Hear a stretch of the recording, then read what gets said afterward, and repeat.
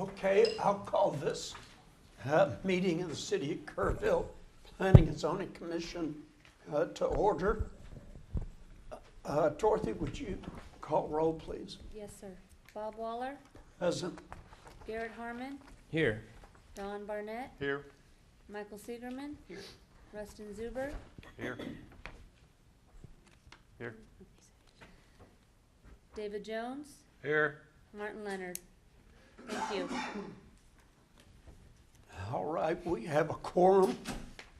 First item on the agenda is the Visitor Citizens Forum. Any person with business not scheduled on the agenda is encouraged to briefly speak to the commission. Please fill out the speaker request form, give it to the commission secretary prior to the meeting. The number of speakers will be limited to the first 10, and each speaker limited to 3 minutes. No formal action can be taken on these items as the Open Meetings Act requires formal action items be posted on an agenda no later than 72 hours before the meeting. If formal action is required, the items will be placed on an agenda for a future meeting. Item number 2 is the consent agenda. All items listed below on the consent agenda are considered routine or ministerial in nature and will be enacted with one motion. There will be no separate discussion of items unless a commissioner or citizen so requests, in which case the item or items will be removed from the consent agenda and considered separately. Item 2A, approval of the minutes from the September 7th, 2017 meeting on page 3.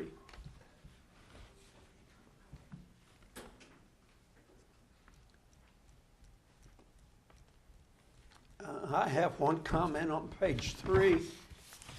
Under 3B, I guess the fourth sentence from the bottom, Ms. Nicken mentioned the city's water fountain at the corner of Main Street in Sidney Baker, talking about lighting. I think she may have been referencing the water feature inside Tranquility Park. Yeah, I think that's what she was talking about. Okay. And because to my knowledge, we don't have that water feature. We used to have. I think that's what she actually said, though. Okay. That was her words, but that's not That's correct. not really what she meant. No. Okay, she was talking about that playscape down with water. Any other comments? If not, I'll accept a motion. Have a motion. Do I have a second? I'll second. And I have a second. All in favor, raise your right hand. It passes 5-0. Thank you. Number 3.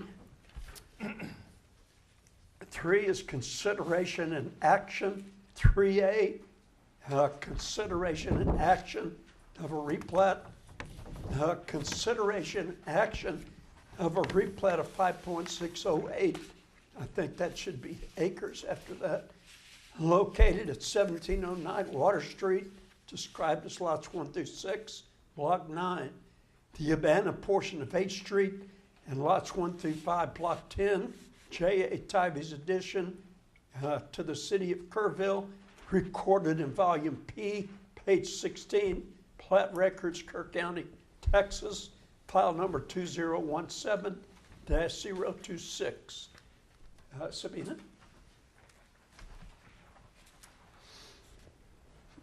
Thank you. Good evening. This is a copy of the plat that went out to you last Friday and either handed to you or at your places just now. You should have the final, hopefully, iteration of the redrawn replat. This item has a little bit of history here. On April the 20th, this was actually submitted as a preliminary plat to the city staff, and it was processed at some point as a replat of the J.A. Tivey lots that are in the description. On June the 1st, there was actually a public hearing held at the Planning and Zoning Commission, at which time the staff and the applicant had talked about requesting tabling the plat to work out some drainage easement language. On June 15th, that language still hadn't been quite worked out, and there was another request to table, and you did that. On August the 7th, that note regarding the drainage easement came back to you, and you had some concern as a commission regarding the condition of that drainage easement and tabled the item. During the intervening weeks, we have found some items that were missing. There were some questions about the remaining lots in their entirety, especially the corner lot there at G Street and Water Street, and then the CarQuest property as well, because the original replat, or the replat that came before you 3 times, had some had the old J.A. Tivy lots that were shown in a grade area underneath the area to be replatted. What we have, what is before you this evening is a true replat, showing those lots removed.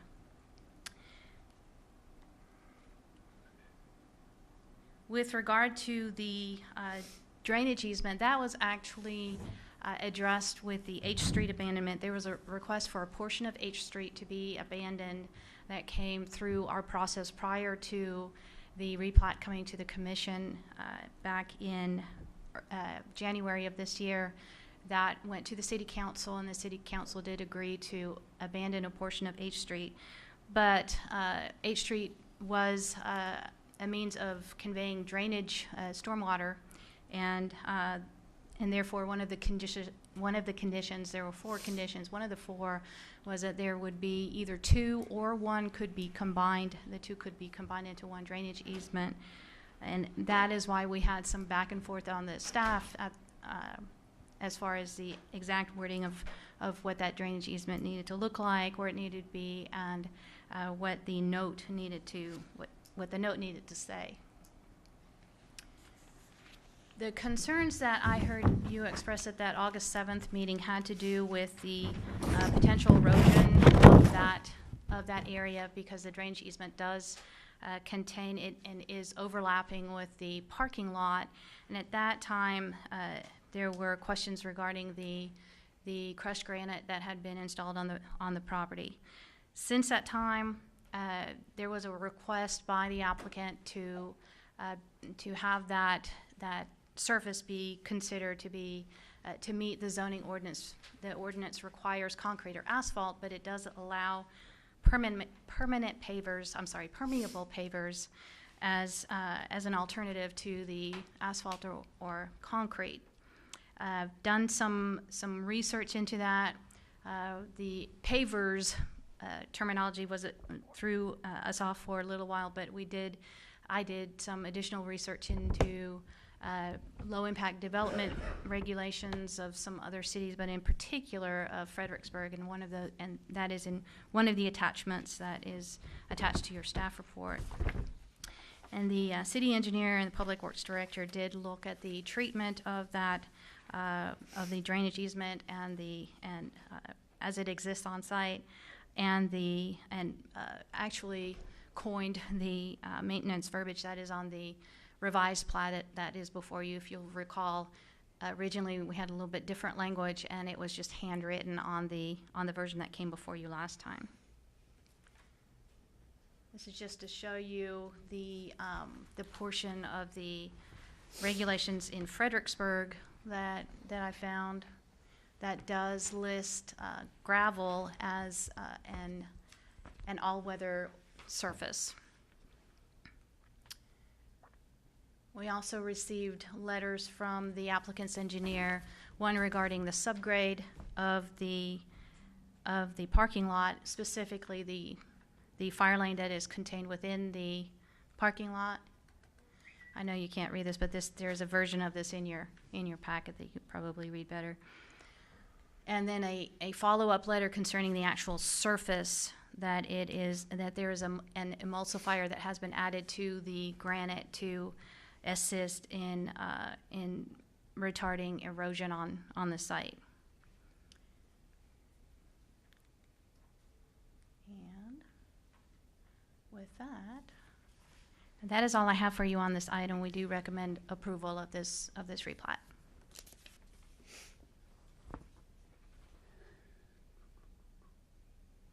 So the drainage easement is going to be crushed granite, or is it going to be pavers? The request by the applicant about a month ago was for me to consider the crushed granite to meet the definition of permeable paver, and that's what I have found, and that is, there's a copy of my determination in your packet. Okay. And to be clear, that whole drainage easement isn't done in granite, just the portion where the fire lane is crossing it? And yes, and the portion that's within the parking lot, there's some overlapping. There's a drainage easement overlapping with the fire lane overlapping with the parking lot.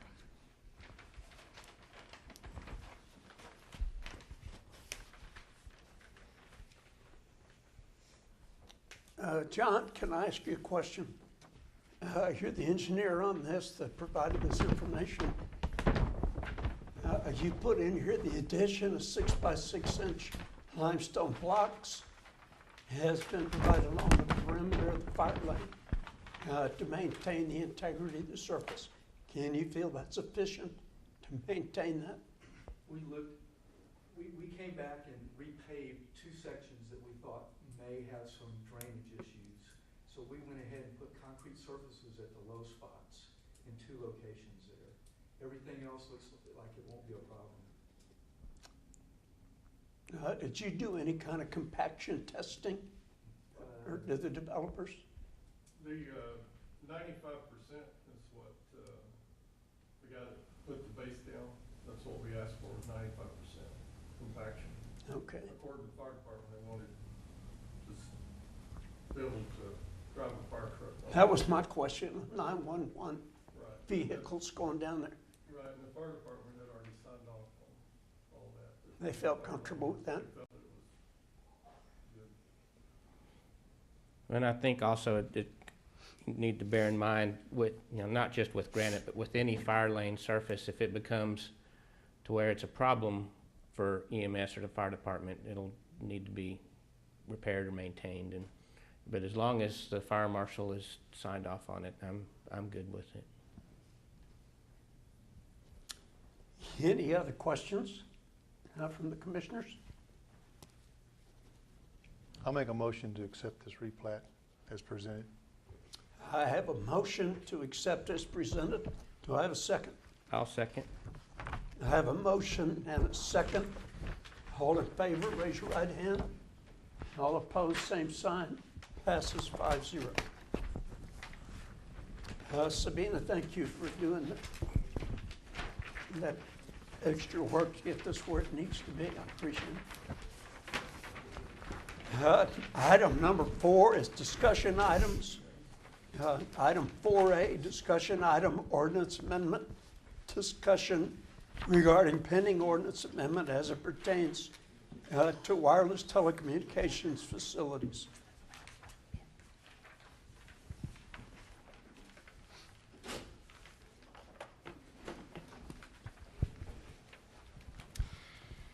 Thank you. I'm bringing this item before you to begin discussions on an amendment that I think that we need to be working on pretty seriously here in the next few weeks. But tonight, I just wanted to give you an overview of why I say that. We had a Senate bill that went through this legislative session this year that kind of catches up, if you will, with what the industry and if you're at all familiar with the telecommunications industry, it's changing a lot. It's changing quite a bit, and especially in terms of us keeping up with regulations, it certainly has. Now, what happened at this last legislative session is that we now have from the state handed down requirement that we permit these wireless telecommunication facilities in our rights-of-way, specifically what they call network nodes and network support poles. And to me, I think of those in terms of a network node really being a kind of a pack or an attachment. They used to look like antenna. They don't much anymore. Some probably maybe do, but not all of them. And I'll show you some photos in a minute here. And then the support poles, which are the actual poles that can hold one or more of these nodes. And what's been happening, it's my understanding in the industry, much like the telephone, when it was first invented, it was invented for one reason, and then it really grew in popularity, and the demand has grown where it was not really anticipated. So now there's a demand for service even within walls, thick walls that were in the past that was not anticipated. So the technology has kept up, the regulations really have not. But the state law does still allow cities to have some level of regulation rather than completely preempt cities from not allowing them or there's a certain range of regulation that we can still adopt. So what I'd like to do is really do a real fine-tooth comb review of our ordinance. But before I do that, I wanted to kind of have a higher level discussion here. So what we can do, did I go backward? Before I talk about that though, basically there is a maximum fee and there are maximum timelines for reviews that the state has now set. But the things that we can review are that we can require reasonable design or a concealment of design within our design districts, so our special districts, if you will, and those would be our zoning districts or areas designated as design districts, and our historic districts. We can limit them, and there again is a range there of limitations, but we can limit them within our city parks, so within reason, within our city park rights of way, and within residential areas where we have narrow rights of way, and that the definition there is 50 feet of right of way or less, and that's your typical city residential road.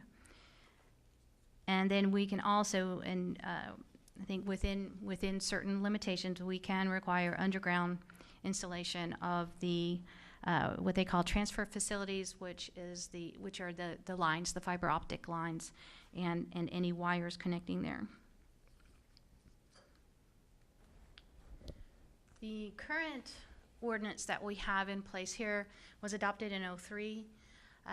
It complies with the Federal Communications Act, which came first, and had a lot of cities rewriting their ordinances, ours as well. Basically, there are 4 things that we have to be careful of, and the current ordinance does.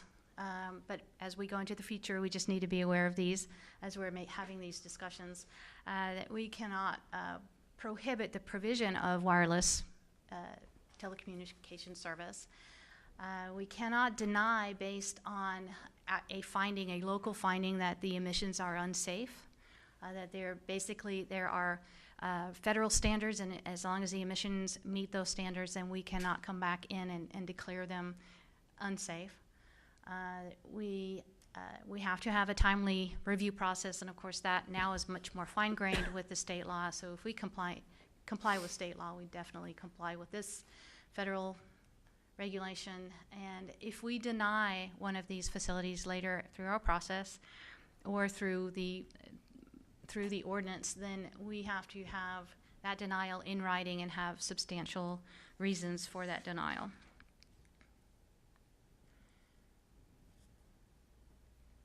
So our current ordinance, when I did a first blush look at that, it appears to only define the wireless telecommunication facility structures as facilities, meaning the towers and the poles. It doesn't really, later on in the ordinance, it actually talks about other facilities that are antenna, basically. But in the actual definition, it doesn't do that. So it appears to be a little bit out of line with itself. It requires a conditional use permit for the facilities. Again, the definition basically being the towers and the poles prohibits them in the residential districts, and then in the Gateway District and in the Guadalupe River District. It exempts the smaller facilities, those being your antenna. A certain height above an existing structure would be exempt if you're below a certain height above an existing structure. It exempts things like your ham radio towers, your TV dishes that you'd have on your home, emergency service uses, certainly anything that 911 would need, and temporary uses, temporary towers are also exempt within a certain time limit. The distance, height, and setbacks requirement are set within the existing ordinance, and it requires a co-location design of a tower so that even if no additional antenna would be placed on a pole or a tower, then it still needs to be designed so that it could have in the future additional antenna on it.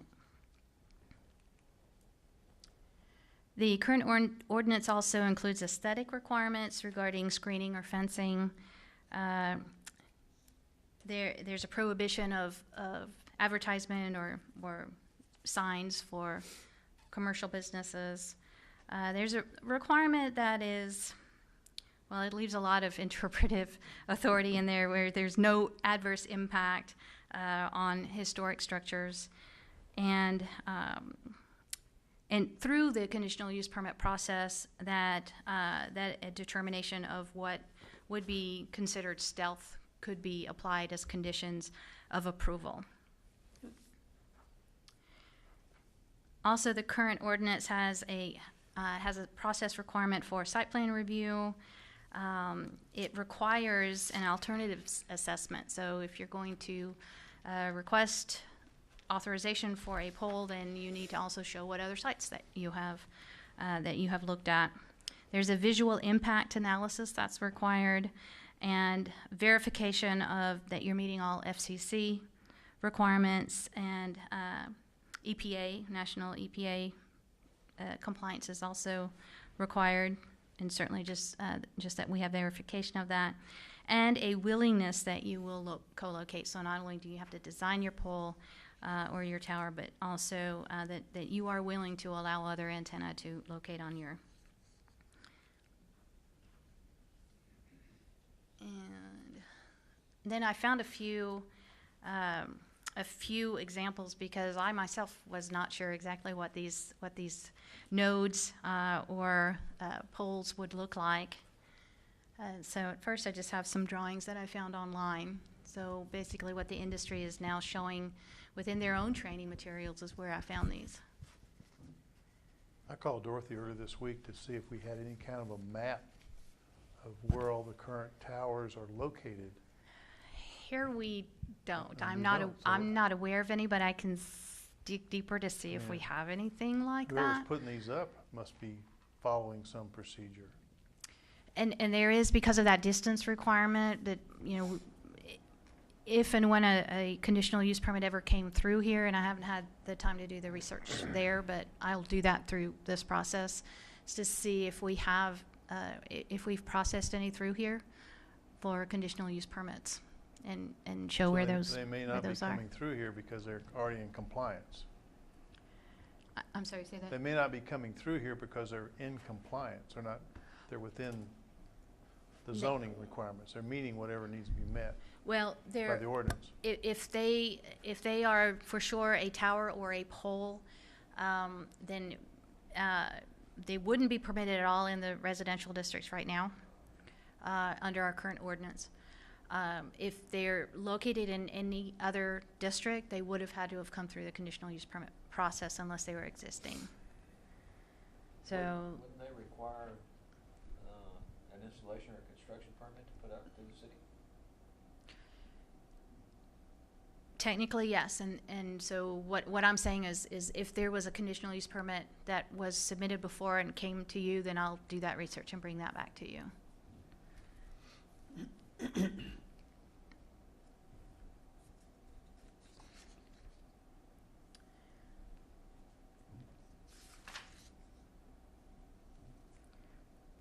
This one I probably should have blown up a little more.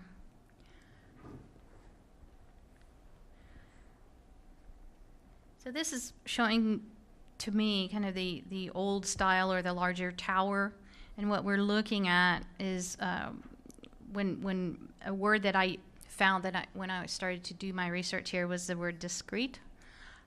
So as far as some of the options that we'd be looking at would include, and I'll show you these again on a bulleted list, but basically having more of a smaller scale is really what we're looking at within the city rights of way.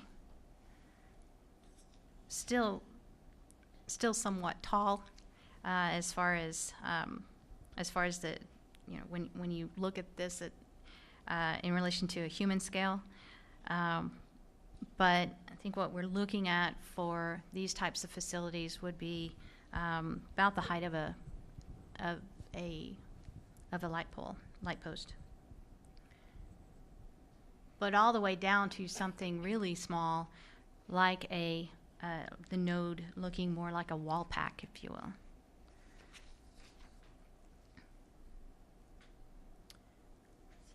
And then showing what I found, what some of these facilities would look like. Basically extending the girth of either an existing pole.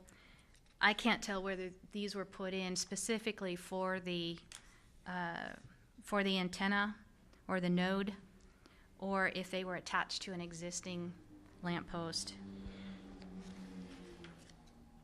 That's another example. You know, a few years back, Kerrville was looking at putting in a complete wireless system within the downtown area. So, I mean, there's got to be some of this stuff already in place, and every place you go, you're almost hooking up to their wireless. But that's really driven by their wireless network. It's not driven by cell phones technology. This is cell phone technology here. Is that correct? Well, it's wireless telecommunications, so Wireless, I would so it imagine covers all aspects. Mm-hmm. I would imagine so. That's what we're looking at. This is not a Wi-Fi network, it's some central supporting location. Well, with the technology changing all the time and the level of expertise that's required, that basically what we're doing is trying to step back from that and allowing so my goal with this ordinance is to kind of allow the technology, which is constantly changing, to go ahead and change and then just fit within our regulations. I'll show you in a second here.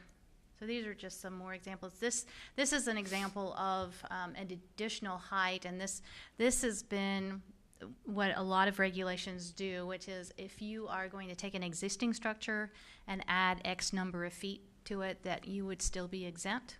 And this would be an example of doing that. So just adding additional height to an existing lamppost. Now we're getting into possible stealth definition, where you see a historic lamppost,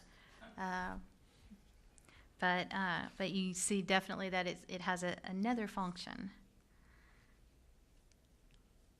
Stealth technology was stealth design was the buzzword, if you will, for a long time. I think now the concealment is a term that we'd be looking for. So this is another example of stealth that you've probably heard about, where the design is a flagpole.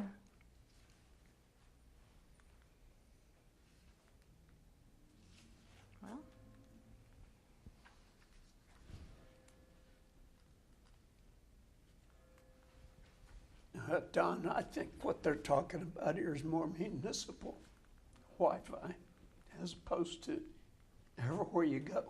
Go to the car wash, you gotta sign into theirs, Mm-hmm. Yeah. Public Wi-Fi. which I think would be nice. Not sure what the cost is, but Would the city have regulation on if a company approached a private entity that had a structure, had a building, and they wanted to put a node on top of this building that's privately owned? Does the city still regulate that? Mike's nodding yes. Currently, so you're saying a private provider approaching the city? Well, yeah, I mean, no, if a provider, instead of wanting to use city light poles or K-Pub light poles, go to a private citizen and try to circumvent the regulation by attaching to an existing building. So they wanna put one on top of a privately owned building downtown. Current, On top of the poles in the HEB parking lot. our current regulations cover that. Our current regulations do not cover the rights of way. Okay. So there are a couple of things that we're trying to address here, and one is if the request were for a facility that met our definition of a WTF, then and it is not in a residential zone or the gateway zone or the GR zone, then we would take them through a conditional use permit. You would see it here. Now, if they're attaching to a structure within a certain height, then they would be exempt from that requirement, if that makes sense. Attaching to a what? An existing structure to a certain height, then it would be exempt under the current like ordinance. a light pole or something. It's already there. Right. The example that I was showing you, that where you had an As long existing as it's lamp not- post and then attached to the top. So that's a maximum height. As long as you're not taller than X, then it's exempt. Yes, and in no case could you exceed the maximum height in a zoning district. Which we have some zoning districts right now that do not have a maximum height anymore. So I just got my clicker to work again.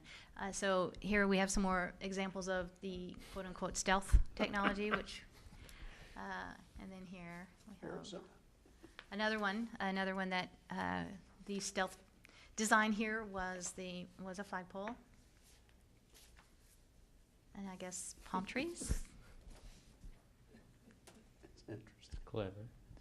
You know, I think what's happening with these providers is they've all co-opted to get each other's cell towers. And So that that- is So right that now may what be we actually They may not be require. adding more towers, they may just be co-opting and letting more, let their particular towers either become upgraded to some level where they can handle your AT&T, and I may have Central West. I mean, whatever I have, we're going through the same cell line. So there's not a bunch of these being put up now for some reason. Well, what you were saying, Sabina, if they put a facility up, they're required to Under the current co-host, I guess. under the current ordinance, Okay. they are, but I think with and Mike might want to correct me if I'm wrong, but I think under the kind of reading the writing on the wall, if you will, the intent of the state law now would be to really back off of that and to require them as they feel they have the need for. So what we're trying to do is to do what the law still allows us to do, which is to have some limitations on them within our design districts, within our special districts, and within our historic district, or within our historic designated areas. So the city doesn't have absolute jurisdiction over installation of some of these nodes or towers or whatever you want to call them, because of the state law? Yes. let me just hit on a couple things real quick. And you know, I'm speaking as a person who just likes my cell phone working, and frankly, if the technology never improved, I'd be okay with that. But so that's my disclaimer. But this is the story. So you have this kind of technology, and the city of Kerrville can regulate it in, I think, 3 different ways at least. Zoning, so is it appropriate use? So to put up one of these, you'd have to come through building service or development services and get a permit, building permit, whatever that form looks like. And then they want to be in right-of-ways. And so, you know, right-of-ways are streets and maybe a little 5-10 feet beyond that. And so cities do regulate right-of-ways, and we really don't do that. We don't have a right-of-way ordinance.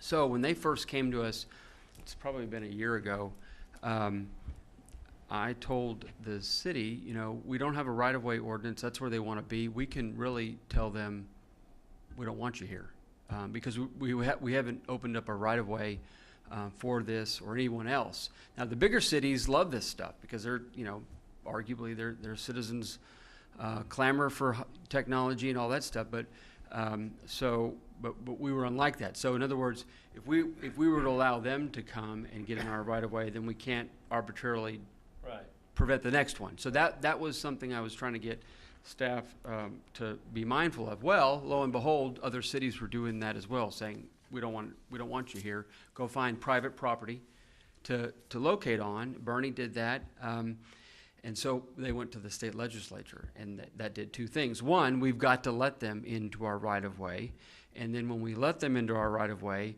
lo and behold, for one of these things, we only can charge them $250 a year.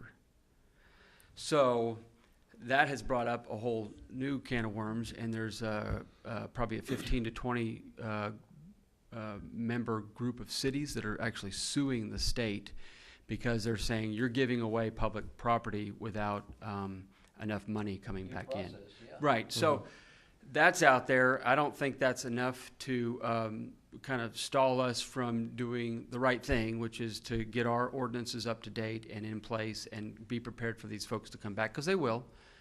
And arguably our citizens, I'm the guy that says get off my lawn, but arguably our citizens want this. And so my other point is, will they locate in the HEB parking lot? Probably not, because HEB is going to charge them more than $250 a year. So they're going to look for right-of-way. We're a little bit unique because our right-of-way, the right-of-way that they're going to be in is probably TxDOT right-of-way. So they're going to have to work through TxDOT and that permit process. They've already reached out to KPUB and talked about co-locating on their poles. And so I appreciate how Sabina characterizes this. This is kind of a high-level discussion that gets you all starting to think through this technology, what it means, and kind of what our ordinances will have to do in the future to address this. So, Mike, we're talking about existing poles and towers in our right-of-ways. We're not talking about, like, I was in commercial real estate in Miami for a long time. We had these guys come in and lease a 10-foot square and put up a 200-foot tower. It didn't exist. They put it up. They didn't do it in right-of-ways because the city wouldn't let them do it in right-of-ways. But so we're only talking about, the state tells us we have a light pole, we have a power pole, you got to let them locate. We're not talking about them coming in and building their own poles, right? Well, arguably they could, but now the state does give cities some authority to regulate the design and the aesthetics and things of that nature. Now, as you know, so we have this new regulation, a new state law, and what will happen is one of these cities will get upset and say, you're not going to do it, no, and then they're going to sue. And so, you know, that'll be defined probably through the court system. But bottom line, we do have some authority. And from what I understand is they don't want to be 200 feet in the air. They want to be like as high as a light pole.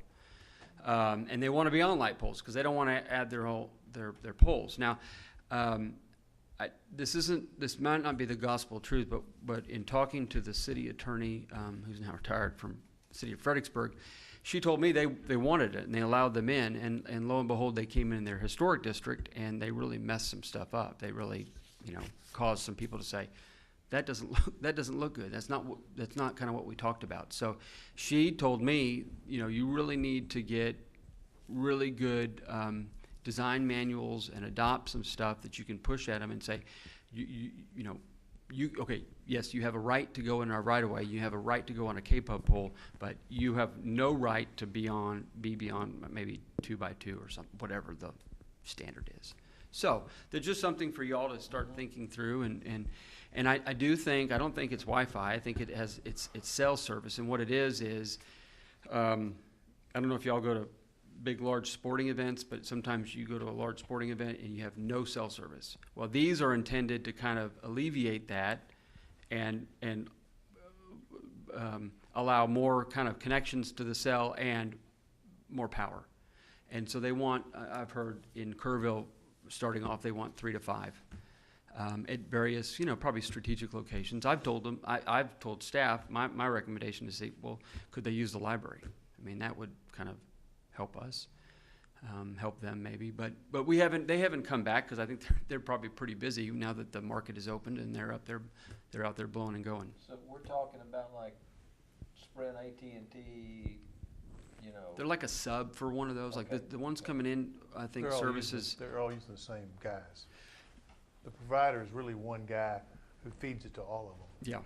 The question is, can he feed it to, as you're saying, if I'm in a ball game of 50,000 people, we all can't get on cell Right. phone, because that node won't handle it. Right. So they need 20 nodes to handle it, Right.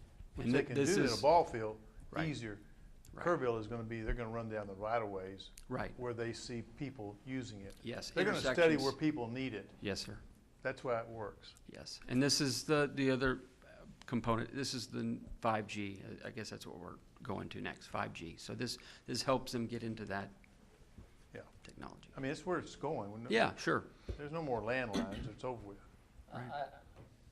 I don't quite understand the concept of the state legislature telling you, number one, you have to give them access, and number two, you can only charge them $250. How does that work? A really strong lobby. Lobby. Yeah, yeah. But that's kind of, like our world as cities. I mean, sometimes we win, sometimes we lose, and we really, I don't think the Texas Municipal League, if memory serves, I don't think they took a position on kind of whether they ought to go in the right of way, because some of their members wanted it and some didn't care and some were opposed. But we all are opposed, I think, to the $250 a year limitation, because Is that that's, for like one node, Mike? yeah, Okay. per node, right? So, Well, and again, with the technology changing all the time, well, let me get back here. I don't know, I guess when I saw this online, I thought this looks kind of cool. But then again, I'm not the taste police, and I'm sure that a lot of people will think this thing is horrible. But and I don't know whether the new technology looks like this, or whether just some of them would look like this. But this is the kind of thing so I'm going to show you a few that I think we're probably trying to prevent, as far as, kind of just the That's not very stealthy It is not. for that. And with wires all protruding and, Well, that transformer's not very attractive either. That's been around for right. 50, 60 years. Well- You're not even gonna notice that little thing because you're looking at No. that transformer. Right. No. I've been looking at transformer for at least 60 years. So here, these are some of the examples of things that I think that we would be looking at to try to clean up or have a requirement to clean up. As Mike was mentioning, I have not seen or taken pictures of the ones that the attorney in Fredericksburg was concerned about. But certainly I think that we could have some limitation or some requirements built into the ordinance so that we can prevent just kind of some messy looking things on our poles. Now, I think this is kind of old technology, and new technology possibly. continues to get smaller and Wouldn't take smaller. up much space. And- Quite possibly. These are Yeah, just, I Googled this is really this. pretty old. Right. That And would then, be of course, very clean, very sleek, Yep. these types of things that we would be looking for, having some, as Mike mentioned, design standards to just ensure, because there are some people that push the envelope. The research that I've done is that with the training that they're getting and some of the discussions that they're having, this is the kind of thing that they're going toward, but just to have just to be sure that we're ready. Part of, Sabina, part of what makes the other ones look so bad is it's the wood pole, which is what K-Pub has all over town, so it doesn't really matter what you put on there. Good point. It's gonna, I don't know if that could be part of it, that you can specify what type of pole they can be on. We have started some discussions at the staff level of that, especially because we're not entirely sure that some of our poles can actually hold the weight of some of these things. Yeah, some of them are old. And some of them have enough stuff on them already. And you also got, in town, you've got K-Pub poles, and you've got abandoned K-Pub poles that the phone company and the cable company are still on. So I don't know who owns those poles. I don't know if K-Pub, I don't think K-Pub owns those poles. I don't know. They usually cut them off. They're the shorter ones. Yeah, and it's my understanding that they're getting ready as well, that the utility, that power companies are getting ready to, and have some design standards themselves that they're getting ready to implement as well, and especially regarding safety. One of the things that was pretty standard, has been pretty standard in our older ordinances, if you will, is and I actually myself worked on one where the requirement, the distance, the setback was basically 1.5 times. I think our ordinance says 110% the height of the pole. So basically, not if, but when they fall, they're not falling on another structure. That type of. That would be another question I would have, is when they're starting to put these, whatever you call them, on different. I mean, there has to be some stipulation for liability issues. I mean, what if this thing wind knocks it off and it lands on somebody? I mean, that's an interesting, that's all part and parcel of them being able to, you're forced to let them use these poles, but if big wind comes through and it knocks it, blows it away and it hits somebody's car or hits somebody's head or something like that. I mean, it's a 1 in a million deal, but I mean, if you're getting ready for this stuff, you better get ready for all of it. Right. The interesting thing, I've been through one in another town where we went through entirely went through the process, and at the Planning and Zoning Commission, we actually had a concern from the airport about the height of this thing, because it was going to be relatively close to the airport. And the interesting thing was, our city attorney at that time recommended that we really focus on the aesthetics and not the safety, because again, the safety portion of it is subject to preemption. Yeah. So basically what I'm trying to get us to focus on is what has the law allowed us to do, and there is here we go. Let me get into that. So these are the things that, and just a reminder of what we can do, so that we can require, and this is the terminology from, I believe, from the statute, reasonable design or concealment in design, concealment in design districts and historic districts. But it also talks about a designation. In other words, we're not necessarily looking at rezoning, creating a district and then rezoning property to do this. I think that we can probably designate areas as, this is our design area, this is our historic area, and then have, but also then the second thing is limiting them within the city park's rights of way, and within those smaller or more narrow rights of way. Well, really, 50 feet, that's your standard residential Well, your street. citizens are going to want the service, number one. So their purpose is to provide the service. And they're not going to put up 100 towers between, Sidney Baker and G Street. They're not going to do that. There's not a need for that many towers. They're going to put where they need to put them. And I think the reasonable design or concealment element is very important, because that's what we should demand, is that we don't want to see them. Right. If you have to put 3 in this neighborhood, I don't want to see any of them. And we can, and I think that's what we're sort of being, that's our opening for our focus for this regulation. That's the language that helps you in the statute, then you use it. Right. Right. So We probably want to put And a I little like the bit. underground installations for transfer, whatever that means. Means all the fiber's gotta be underground. Yeah, I Between- found between that the facilities.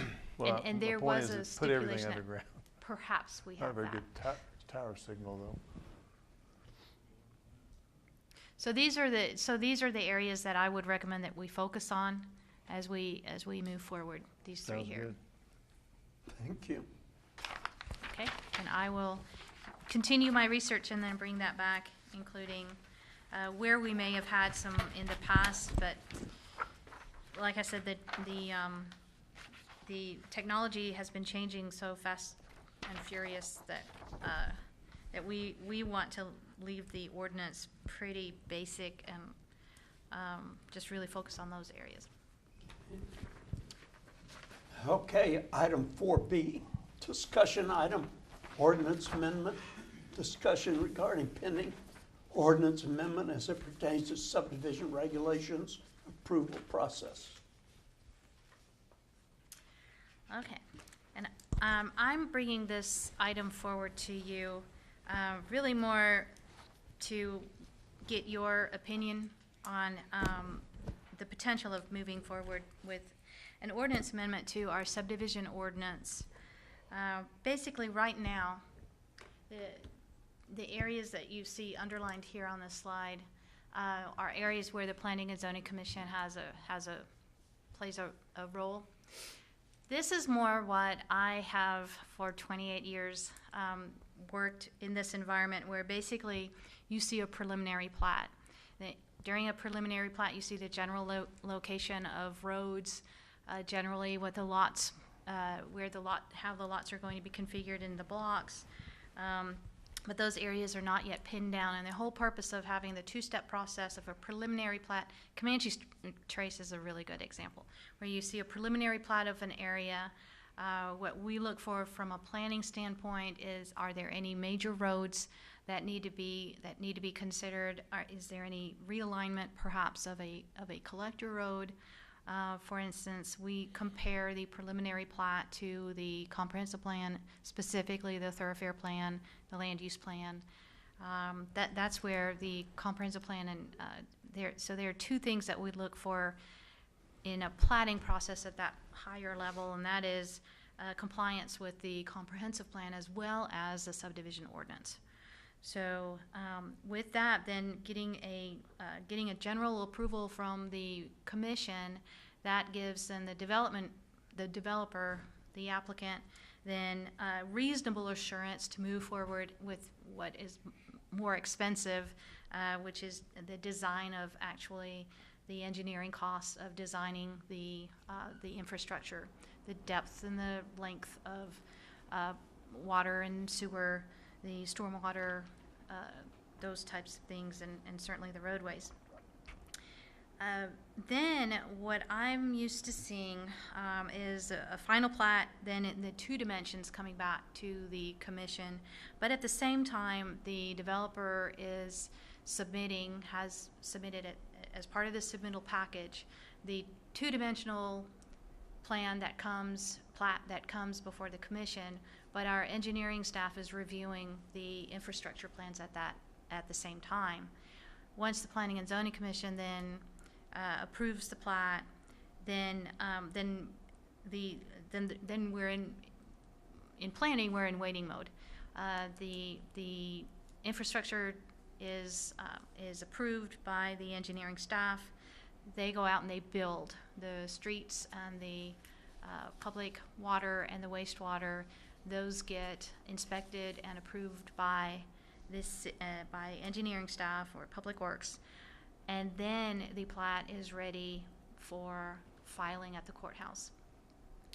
And before that plat then goes to get filed, that's when, as a part of the approval that has already occurred at the commission, then the chair signs the final plat and it's ready to be filed at the courthouse. What our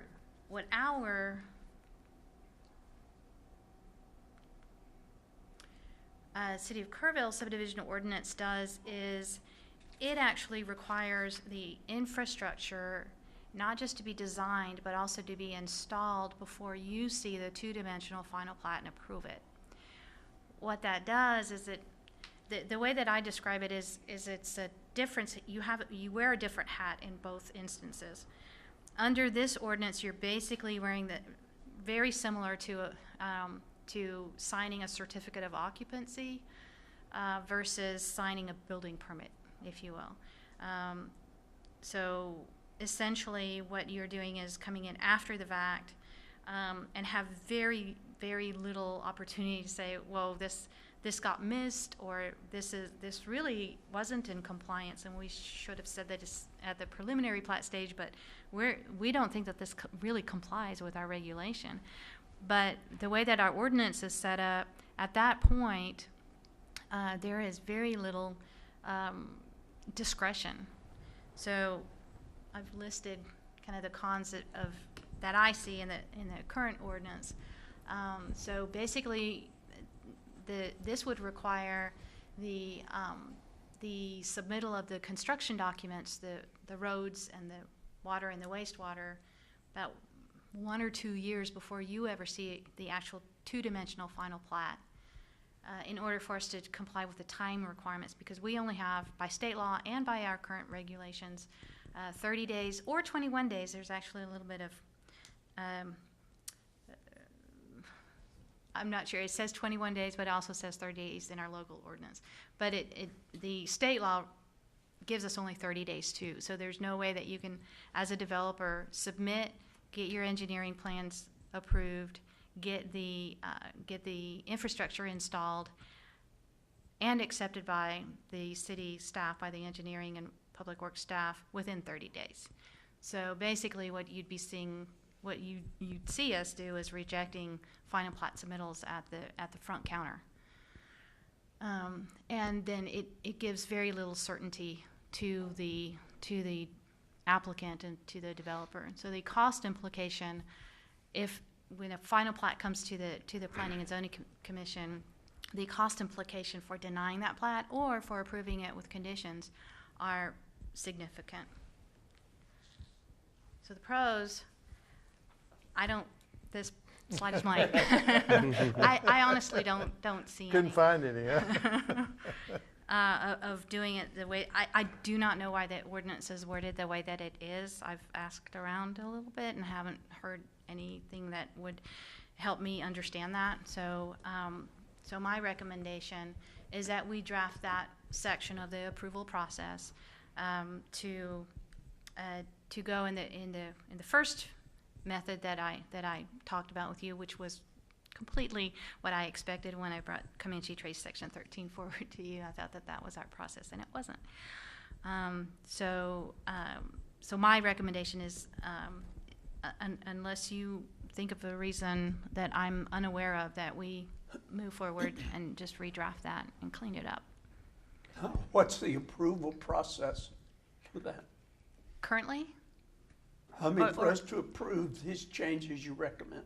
it would be basically Redraft. redrafting this one section, and if there are any other sections that are related, but I haven't seen any, but this is the one specifically that describes that approval process. Okay. To So we would redraft. approve it, and then the council has to approve it as well? Oh, yes. Okay. This is discussion tonight, and Okay. I'll bring the actual Yeah, ordinance but language back to I just want to you. know what the process was, okay. Right. The only thing I could think of is the way it's done now is that, if somebody's trying to be discreet on a development, in the early stages, then not that it's right, but, I could see how somebody would not, want their interests exposed until they were further down the road. But I think that the way that you are proposing makes a whole lot more sense. I'll just throw this around for you guys. Kyle Burrow, city engineer. I believe, just kind of looking back at previous history, the reason we have this set forth with our ordinance, and Sabina and I haven't had a chance to talk, so I'll just talk to all of you about this. The final plat locks you in. If you approve it, then we have to come back to you to amend that final plat if we have any changes. For example, Comanche Trace does a development, they want to move a water line, we have to change that easement that's recorded by plat. This current process allows you, or allows us to make those changes with the infrastructure either installed or the letter of credit. If we go the letter of credit route, it's still the same process that Sabina's talking. We're approving the plat before any infrastructure is installed. The caveat to that is we do run into issues here in the Hill Country. We don't have a tree ordinance, other locations do. Sometimes it's as simple as a tree that doesn't want to be, that people don't want removed. So it is something that I think needs to be discussed. It's just something that if we do approve the plat prior to any construction development, a preliminary plat holds them to kind of a conceptual design. Once we get into the construction drawings, then you get the more detailed analysis. You get the geotech reports for streets. You get the bore logs for any excavation that may occur. There may be environmental or historical artifacts found. The issue with final plat would be that we would have to come back to you if we found any of these, and that typically isn't resolved until the construction design occurs. As you mentioned, being discreet, that is something that we hear on a regular basis. We don't want this going out. We want to just see what the interest is and what your requirements are. If we hold them down to right-of-ways and easements, they may not want to explore that path because it would be recorded, it would be brought in for the visual. So with the preliminary, but it's just something to kind of throw out there. It's a process that definitely needs to be looked at as to how we currently operate through all this. But and as she mentioned, it does take a couple years on some of these things. We've got Comanche Trace that I think it's phase 13. May be done by the end of this year, may not. So from when you initially saw the preliminary plat to when you would see the final plat, which you've already seen, we may be talking 6 months. Maybe longer than that, may have an entirely different commission. We had the Water Street on here earlier. The initial one on that was, I think, February. So it's whether we want to go with time constraints and bring stuff back to you if we do run into issues. That's just something up for discussion. But as far as construction design, we do have that ability to alter things before we come to you for final approval on the plat. Just something I wanted to throw out there. So, Thanks, Kyle. no problem. Well, I'd say at this point that I can bring it back to you, the ordinance draft, and not schedule it for a public hearing yet. Just have you take a look at it, kind of similar to what you did with the home occupation. I think it's a good And idea. then you can decide, and we'll talk a little bit more too, then you can decide whether it's ready to move to schedule for public hearing. So you'll see it at least 2 more times. Okay. I think that makes sense. You think the comprehensive plan will have some impact on the language that you'll choose as part of this process? Or this is what you're just doing this because it makes no difference what that plan says. This is a process improvement is what you're after, is a process improvement. Right. It's really more of a streamlining. Yeah, Yeah, I can't procedural imagine. cleanup. Mhm. Okay. Yeah, I wouldn't see the comprehensive plan having an impact on. No. Right. Just about anything else, my answer would be yes. But in this particular one, because it's so process specific, probably not. I don't see us throwing it into that basket. There's a lot there already. Yeah, right. Okay, thank you. Very, very well. Very good. Item number 5, staff reports. I have nothing else Okay. tonight. Any other business before this commission from the commissioners? Sabina, not- do you anticipate agenda items for the next meeting? 5th. For Yes. October 5th? Okay. Yes, we do.